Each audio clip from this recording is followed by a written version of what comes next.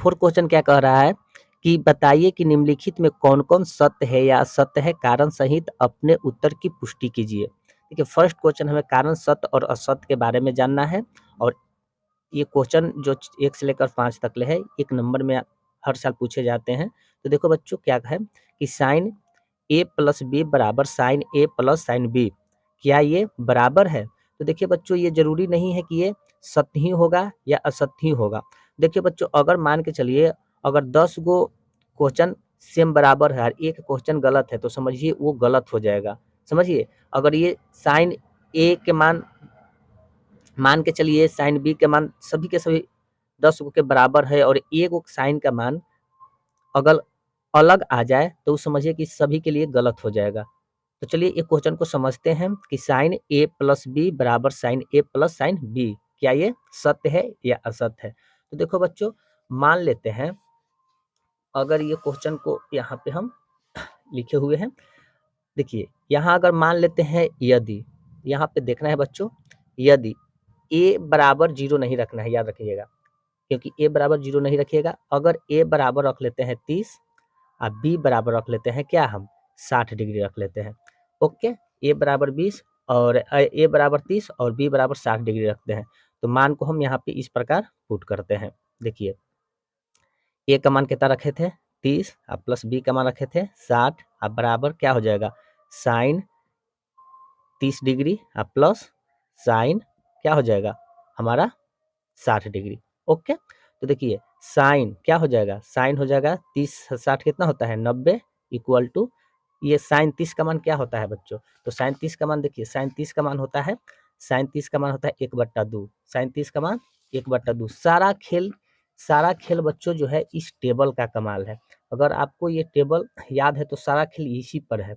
Okay, तो sign 30 का मान होता है 1/2 प्लस साइन 60 का मान कितना होता है, तो साइन 60 का मान होता है √3/2 होता है। ओके, तो देखो बच्चों साइन 90 का मान क्या होता है, तो साइन 90 का मान जो होता है 1 होता है। अब बराबर इसे लसअप पर ले लेंगे, तो लसअप ले लेंगे कितना हो जाएगा, तो 2, तो ये हो जाएगा 1 प्लस क्या हो जाएगा √3। तो देखिए ये बराबर है, इधर 1 है इधर 1 प्लस √3/2 है, तो ये बराबर नहीं है, तो ये क्या हो जाएगा आपका ये असत्य हो जाएगा। ये क्या हो जाएगा आपका ये असत्य हो जाएगा। ओके, ये बराबर नहीं है तो ये असत्य हो गया। चलिए नेक्स्ट में चलते हैं बच्चों। नेक्स्ट में है क्या, देखो बच्चों दूसरा क्वेश्चन कह रहा है कि थीटा में वृद्धि होने के साथ साइन थीटा के मान में भी वृद्धि होती है। बहुत जबरदस्त क्वेश्चन है। थीटा में वृद्धि होने के साथ साइन थीटा में भी वृद्धि होती है।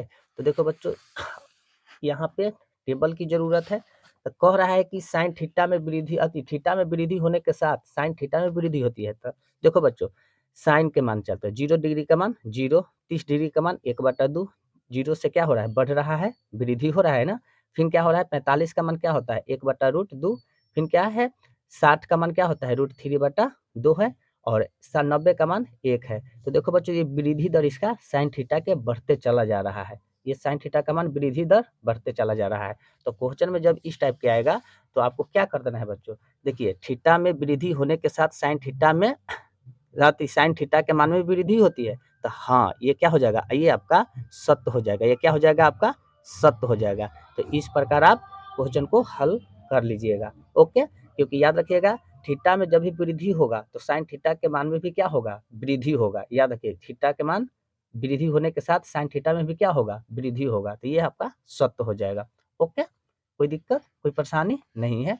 अब क्या कह रहा है बच्चों, थर्ड क्वेश्चन कह रहा है कि थीटा में वृद्धि होने के साथ कोस थीटा के मान में भी वृद्धि होती है। तो देखिए ये आपका जो बच्चों सारा बोल रहे हैं ना कि सारा ये टेबल का ही खेल है, यहाँ सारा टेबल का खेल है। देखिए ये थीटा में वृद्धि होने के साथ कॉस थीटा के मान में भी वृद्धि होगा। इस बार कॉस में, तो याद रखिएगा। देखिए अब कॉस में आते हैं तो देखिए 0 डिग्री का मान क्या है 1 है, 30 डिग्री का मान क्या है √3/2, तो ये 1 से कम है बच्चों। √3/2 1 से कम होता है। तो देखो ये बढ़ रहा है फिर यहाँ घट गया। याद है इसके कैलकुलेट कीजिएगा तो आपको 1 से कम आएगा। √3/2 को कैलकुलेट कीजिएगा ना तो 1 से कम आएगा। तो देखिए वृद्धि घटते चला जा रहा है, वृद्धि नहीं हो रहा है घटते चला जा रहा है। साइन 45 का मान 1/√2 ये फिर घट गया।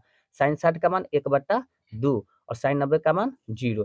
तो देखो बच्चों साइन थीटा में ये वृद्धि नहीं हो रहा है, मगर पूछ रहा है वृद्धि होता है। यहाँ पे पूछा गया है कि थीटा में वृद्धि होने के साथ cos थीटा के मान में भी वृद्धि होता है, तो नहीं, क्योंकि ये बच्चों घटते चला जा रहा है। देखिए ये घटते चला जा रहा है, तो ये वृद्धि नहीं है। तो ये हमारा क्या हो जाएगा बच्चों, ये हमारा असत्य हो जाएगा। ये हमारा क्या हो जाएगा, असत्य हो जाएगा। ओके बच्चों, यही है था। अब आगे चलते हैं, आगे क्वेश्चन क्या कह रहा है। अब देखो बच्चों 4 क्वेश्चन कह रहा है कि थीटा के सभी मानों पर साइन थीटा बराबर cos थीटा है। तो देखो बच्चों आपको सभी मानों पर अगर मान के चलिए कि हम लिख लेते हैं साइन एक थीटा का मान लिख लेते हैं 30, अब बराबर cos थीटा का भी मान लिख लेते हैं 30। cos थीटा का भी मान लिख लेते हैं कितना, 30 डिग्री। तो याद रखिएगा ये सत्य है या असत्य है, इसी को पहचानना है। क्या ये बराबर है, तो देखो बच्चों साइन 30 का मान क्या होता है, तो साइन 30 का मान होता है 1/2। तो 1/2 लिखें, बराबर है बराबर cos 30 का मान क्या होता है, तो cos 30 का मान होता है बच्चों √3/2 होता है। देखिए cos 30 का मान √3/2, तो यहाँ पे हम √3 बट्टा क्या लिख देंगे 2। क्या ये बराबर है, बराबर नहीं है। तो जब बराबर नहीं है तो ये हो जाएगा, क्या हो जाएगा, ये हो जाएगा असत्य हो जाएगा। क्या हो जाएगा, असत्य हो जाएगा। ओके बच्चों, कोई दिक्कत नहीं हुआ। अब आते हैं बच्चों